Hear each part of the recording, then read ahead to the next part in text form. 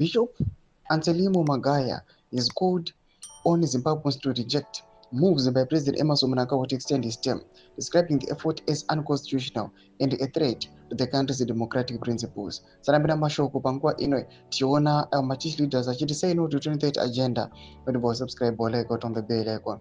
Timina Zim Mubdani Komchinzi. His warning comes in the aftermath of the bombing of SAPS trust offices in Harare. An attack, he said, was aimed at silencing democratic voices.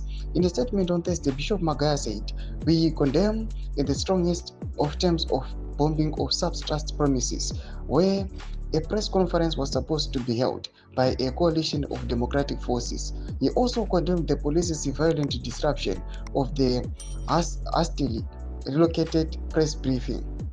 "We condemn the subsequent brutal show of force by the ZVAITWA in disrupting the press conference. Leaders from different organizations had organized themselves not only to defend the constitution, but to give voice to multitudes of ZVAITWA.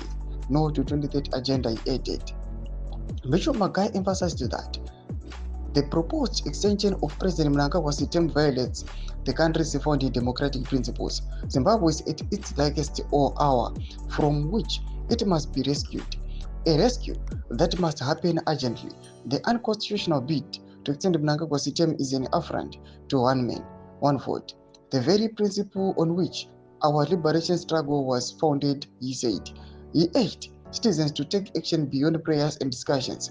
We should all heed the call to say no to this dictatorship whose signs we have detected way back.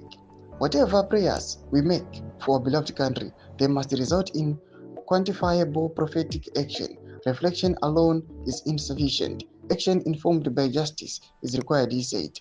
Referencing Paulo Freire's concept of praxis, Bishop Magaya urged Zimbabweans to combine reflection with the decisive action.